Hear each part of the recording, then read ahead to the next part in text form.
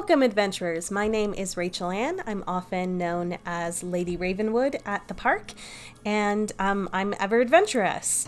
The Khaleesi of the Great Grass Sea, the Unburnt. Today's video is here to help you prepare for a trip to the Mythos season of Evermore Park, which is their summer season, which has the feeling of a Renaissance fantasy fair. This video is going to be laid out in sections, so if you need to skip ahead to any particular topic, the timestamps will be in the description below. We are going to talk about what's new, what foods are available at the park, guilds and characters to meet, a basic intro to the story, an overview of the schedule of events, tips for Mythos, and some closing remarks. I have tried to keep this video fairly spoiler-free as far as things that I want you to discover for yourself, but just in the nature that I'm showing and telling you anything about Evermore, there will be spoilers.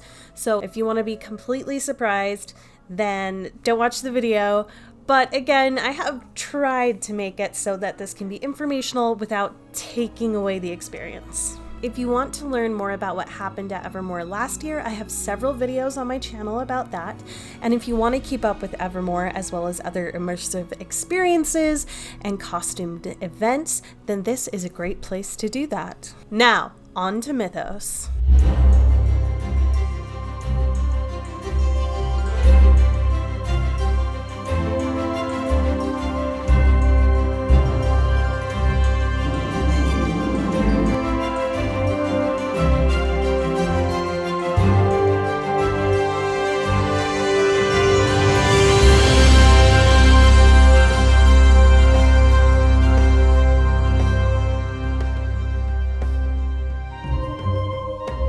First off, the theming and set dressing of a couple of the buildings has changed since Aurora. The Burrows, which has always been the ancestral home of Lonnie and Turno the dwarves, is now the Pygmy Weeds Inn. It's still owned by Lonnie and Turno, but as they are away on travels, they have entrusted their relatives Fergus and Frankie Bifflebottom to run it as an inn. Ooh, look at those bright blue doors!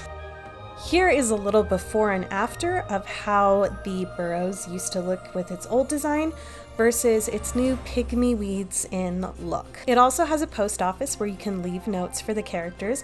I haven't tried this myself, so I have no idea if they will respond, but the characters will get the notes. As a postscript, since the park has opened, a new building has opened this season, which is Drakenhaven. This is a building that the dragon trainers inhabit, and it's full of drawings of dragons, relics, scrolls, artifacts, tonics, and you can speak to some of the characters inside of there. The mausoleum also has some changes, such as some big pillars throughout, which to me give it the feeling of an ancient temple. I almost expect to be put through some sort of Indiana Jones-esque challenge when I'm in there. Which leads me to another one of the neat changes. In my last video, I talked about how there started to be some interactive effects that you could activate by pushing different buttons around the park, or in the burrows, slightly nudging a pot. There are so many more effects now, and I love them. I don't want to mention them all here because one of them was honestly one of my favorite moments on my second trip, but I would just say that some of them are motion activated now and that you should spend some time in the catacombs. What happened? Did you touch it? Please don't move or take anything.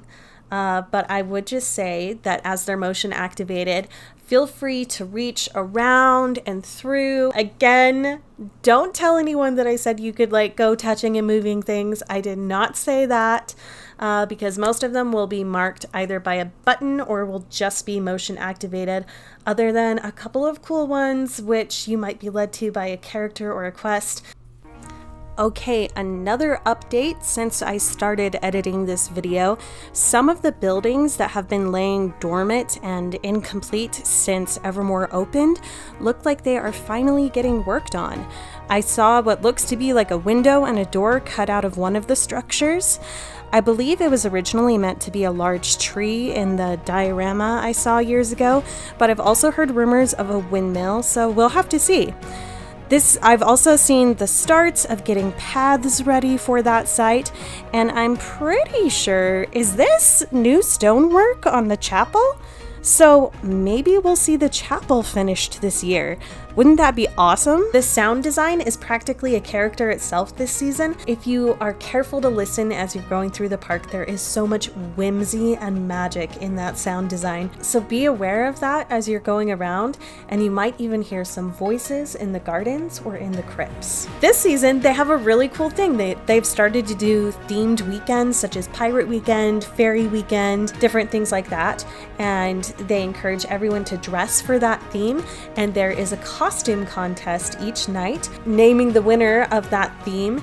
And the winner gets 2 tickets to Evermore. After the costume contest is the Everlight Farewell Show. This is meant to be the traditional Mythosian light festival, and it explains some of the story of why they are holding this annual lantern festival that is being celebrated in Evermore right now. And most nights you are also able to watch the Knights Duel at around 10:15 in the Battle Pit, which is so much fun to watch. There are still archery, knife throwing, battle arena tournaments, and if you win all 3 in a weekend, you can be named a grand champion of Evermore and get your name put on the shield. If you want to compete in these, make sure that you tell the worker at the station for each archery and so on that you are wanting to compete. Make sure that you match the qualifications that you need to, and check in with everyone to make sure that your shots or your throws or your battles count. You will have to shoot with park bows. You can't bring your own in and shoot with it. The tournaments are held at specific times,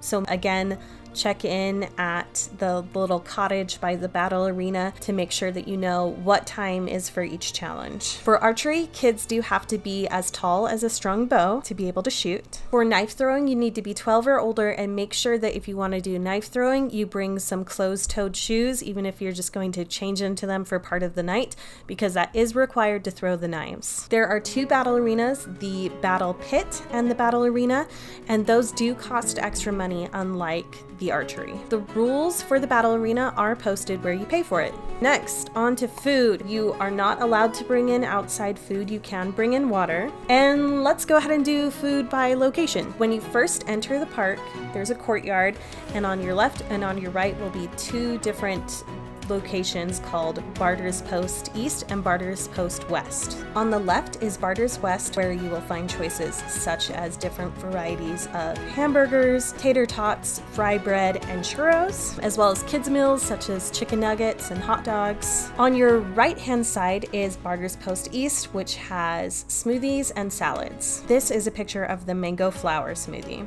At the center of the courtyard, so you enter and you just take a hard right, is the Kettle Cafe, and that is the gift shop, and it also sells pastries. I think they had sandwiches there in past seasons, I've forgotten now, but they don't have that right now. Continue past the Barter's Post, you are going to come to the Copper Confectionery, and here they have cookies, cotton candy, and specialty drinks. This season, the ice cream options are soft serve pineapple and vanilla ice cream.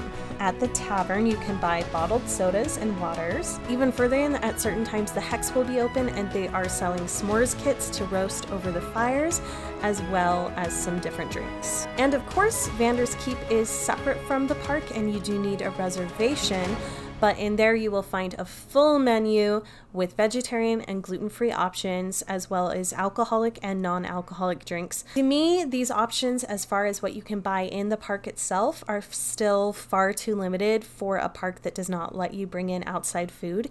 If you have picky eaters or specific food needs or allergies, if you have blood sugar issues or anything like that, I would honestly keep a snack in the car just in case you need it.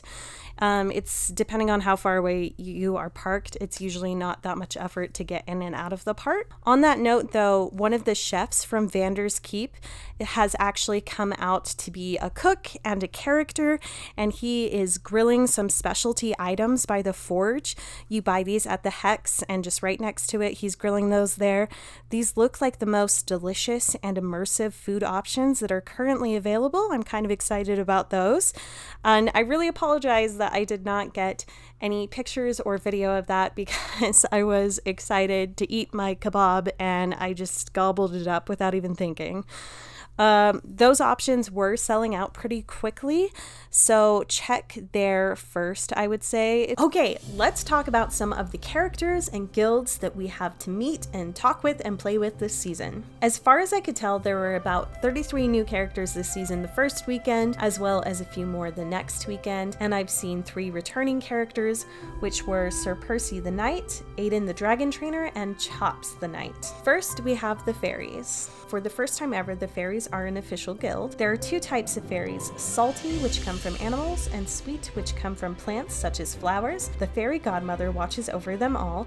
The other fae are Dawdle, the Whiff, Veruca, Everin, Suri, and Meadow. Next, we have the pirates. The crew of the Burning Deceit, led by Captain Warwick Draven. Lydia Loch Ness, who apparently has tentacles in her other form, is the boatswain. Yvain has a design on her face from a curse. She navigates with the stars, while Leary, a mermaid in the crew, uses the tides and currents to navigate. The Knights are a returning guild, but this season there are 2 different houses of Knights, and they are in competition with each other. House Brom has Sir Percival, Sir Anwen, and Chops, and House Calamisil, known for how well they dress, has Sir Darlin, Sir Ivanova, and Captain Azrael. The 4th guild is the Dragon Trainers, which includes those from the Order of the Emerald Sky. Zemi, Alistair, who is a skilled rider, Vashti, who is a healer of dragons, Bronimir, and Peach. They come from a place called the Emerald Eyrie, which is essentially a large dragon ranch and refuge in Mythos. We also have a returning dragon trainer, Aiden. You can learn more about the story of how the Order of the Emerald Sky came to be when you do the tasks needed to be done to join their guild. Would see him. He would hold open his wings, and the entire land below would be cast in a green light. Finally, there are the Elven Rogues of the Red Fletch, and this is a sister group to the Rangers of the Red Fletch that we've known in past. The Rangers tend to keep to more rural areas, as opposed to the Rogues, who operate as sellswords and assassins and tend to keep to urban areas. They have been hired to keep eyes and ears on the events of the Lantern Festival in Evermore. This group includes Dante, Shay, and Letty. There is another group, and while not an official guild, you can join them with enough effort, which is the Mystics. This group includes the Forgetful Wizard Albion and the Fortune Teller Danielle. Another group in town that we have seen as early as Evermore's first season in 2018 is the Acolytes of St. Michael. I've never heard of a World Walker joining them, and a World Walker, that's what they call the guests at Evermore. I've never heard of one joining them, but challenge accepted. Go ask them, go see what happens. Beyond that, there are several characters that are not associated with a guild. Leia is a circus ringleader. Emily and Violette are twin aerial performers. You can see aerial acts and fire dancing as part of the circus performances each night.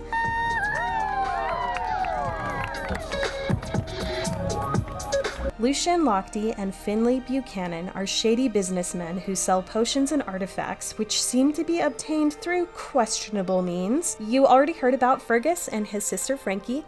They run the Pygmy Weeds Inn. Diego is a goblin who apparently has heard the legends of Zorro and likes to dress up as him. Rodney Trotter is the town executioner. Edward Windsor is a zoning expert with the Lancaster Construction Company and is zoning land for a school to be built. He has also been cursed to turn into a goblin at night. No offense, goblins, that is a quote, not a judgment. Penelope is the town mortician. Thomas is a musician. Bree is working as a barmaid at the tavern to pay off her tab. And Scutters is Scutters. I'm slowly posting character bios on Facebook and Instagram, so if you want to learn a little more about the characters, then head on over there to read those. On to the story! Most of the characters currently in Evermore are visiting for the Lantern Festival, either to celebrate it, to network with other groups, to educate about their specialties, or to make a monetary profit during the festival. The 2 houses of Knights House Brahm and House Calamasil, are competing to try and win a 500-year contract with the fairies and become the next fairy guard. World Walkers can use some of their gold to put favor towards either house to support who they hope will win the nightly duel and ultimately which house they hope will win the contract. Some feel that the competition is being tampered with somehow. What seems to be the deepest storyline and lore of the season is this. In the mausoleum, you can meet with the acolytes who are investigating what is occurring there. Under the right conditions, a voice can be heard speaking about being the last of their kind, a dark portal, and the defense of Evermore. I am a relic, the last of my kind.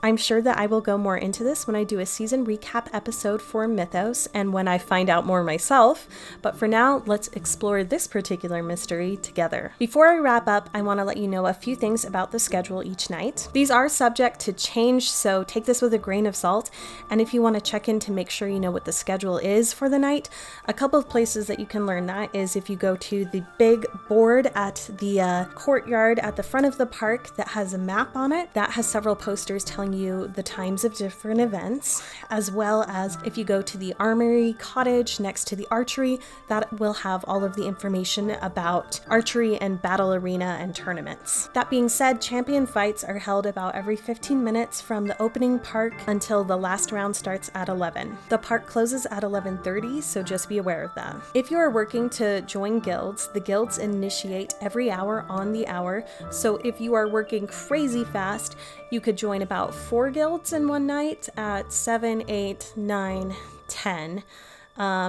After about 10:15, there's too many activities going on, so they don't do any more guild initiations after that. Circus shows and the costume contest are held on the half hour at 7:30, 8:30, 9:30, and then the costume contest is at 10:30. If you want to see the Knight's Duel, that's going to be at 10:15, and then everyone who wants to walks over to the Everlight Farewell Show, which is held on the main stage and is that telling of the Lantern Festival story. Your last chance to finish up quests and talking to characters is going to be before that Everlight Farewell Show.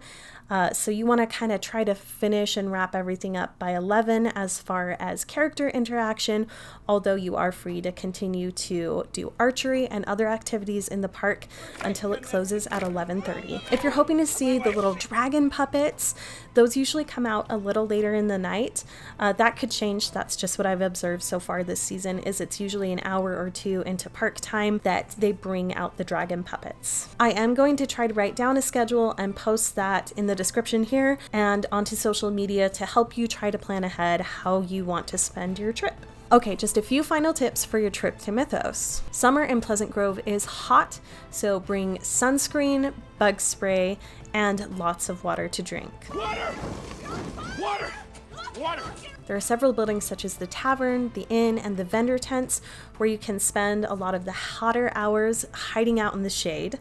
There is water at most any drink location and water fountains behind each of the barter's posts. Earning gold can be really helpful on your quests, and you don't have to bring anything to do that. You can just do that by completing tasks for different characters, or by telling them jokes or riddles, or just bartering different ways to find gold. But you can also bring in trinkets to trade, either just to trade trinkets or to barter with those to get gold from the characters. Gold is the in-game currency for Evermore. Hopefully that sets you up with everything you need to get you started planning your trip to Evermore Mythos. I have a few other event videos coming up, including one about a wizarding event and one about shockingly, I got to go on a Disney cruise, and so I'm going to talk about what that was like. But do keep an eye out for more Evermore videos in the future. The next one I have planned is an Evermore tips and tricks video. If you have any questions for Evermore, email them at info@evermore.com. If you want photos at Evermore, and if you want fantastic photos of your cosplay or with your group. I do cosplay portraits. Contact me in my socials and we can set up a photo session. And if you are just going above and beyond and you would like to help support my content creation and have early access to photos, videos, and more, then I will link below my Patreon. Thank you so much to my patrons and my photography clients and my friends and anyone who's ever said nice to me, any nice things to me. You have made this video possible. So thank you so much for your support. Even if all you've ever done is like a post or watch some of my video, that makes me really happy. Until next time, keep creating and stay ever adventurous. Bye. I'm not even going to get that kind of a payday out of it. Now, I'm doing numbers, I'm doing inventory, I'm at the bottom of the ship. And all of a sudden, everything is shaking, boxes everywhere, and I'm wondering, alright, what in the world did they piss off? I go up, we are sinking into a whirlpool. I mean, I was saying my prayers, I thought we were all done. And we popped up, and we thought it was normal at first. I mean, same sky, ocean everywhere. But then... The stars were not the same. One moon, same, like, different stars. Even. We were definitely not in the same ocean anymore. Yeah, and that's why we had to have the mermaid. She navigated us.